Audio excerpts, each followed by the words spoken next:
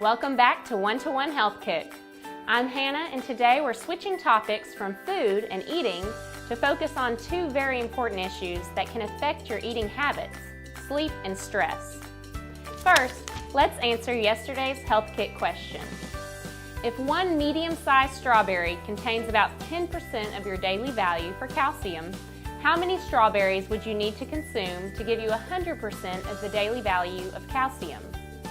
If you were trying to meet 100% of your daily calcium needs with just strawberries, you would have to eat a total of 10 strawberries if each one contains 10% of the daily value. All right, let's get right into our topic for today: stress and sleep.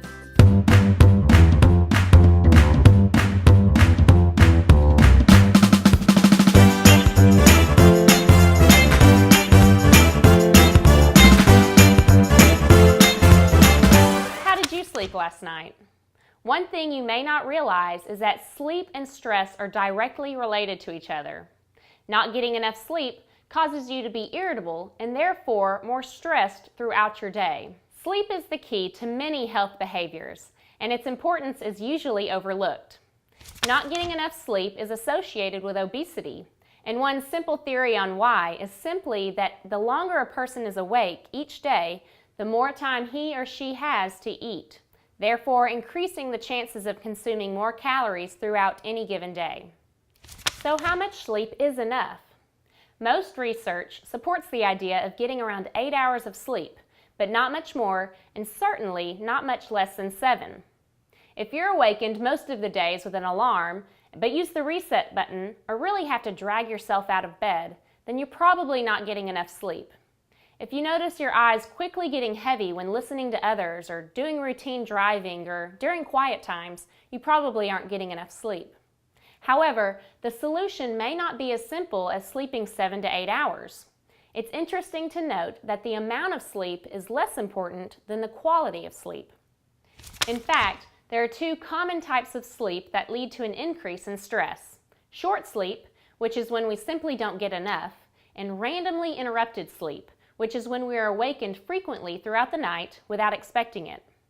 The best example of this is when you have a newborn in your house, and there's frequent and random crying throughout the night, and day for that matter.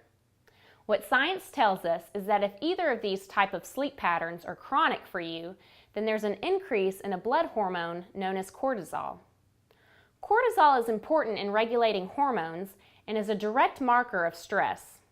People with chronically elevated cortisol levels tend to display all the attributes of stress, including irritability, fatigue, and lack of concentration. But maybe more importantly, they also have significantly higher rates of obesity and chronic disease, especially heart disease and diabetes. So how do we get better sleep and reduce stress? Well, if you're already exercising, you know about this powerful mood lifter and have probably learned that daily exercise tends to help people sleep better. So continue trying to move 30 minutes per day and keep doing your body good.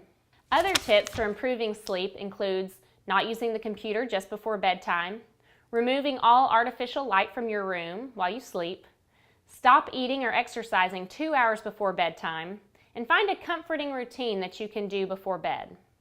Gentle stretching or enjoying a cup of hot tea are two things I do to wind down after a long day and to get ready for bed.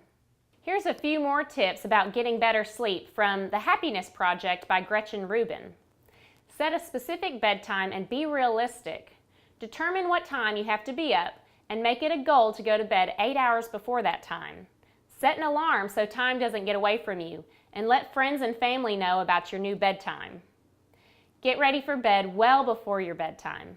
Sometimes I put off getting to bed so late that I'm too tired to get ready for bed.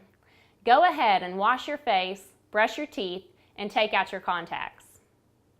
Keeping your bedroom a little chilly has been shown to help with restful sleep. Make a to-do list to keep your mind from racing with worry. This is an important habit for me, especially when I'm having a busy week. I can make myself crazy remembering who I need to call, what emails I need to write, and what I have to pick up. Tidy up your bedroom. A cluttered room can lead to a cluttered routine.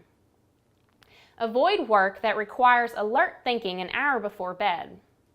When I talk to people about getting to bed earlier, I usually hear the excuse, but that's the only time I actually have to myself to get work done. I have to admit, I've been guilty of this same excuse, but I've also seen how getting to bed earlier and getting more sleep makes me more productive throughout the day and more enjoyable to be around. Try some of these tips this week and see what works for you and how you feel with adequate and quality sleep. It may take some time getting used to, but I guarantee it can make a huge difference with your wellness goals. Now it's time for our Health Kick question of the day. People with chronically elevated cortisol levels tend to show what attributes of stress? We'll have your answer for today's question in our upcoming video. But until then, keep moving and make a little change to reduce stress. Let's summarize what we talked about today. Continue to make healthy food choices to reduce stress on your body. Strive to get 7 to 8 hours of sleep each night. Exercise 30 minutes a day to reduce the effects of both inadequate sleep and too much stress. Try stretching, setting a bedtime, making a to-do list, or removing artificial light in your bedroom to improve the quality of your sleep.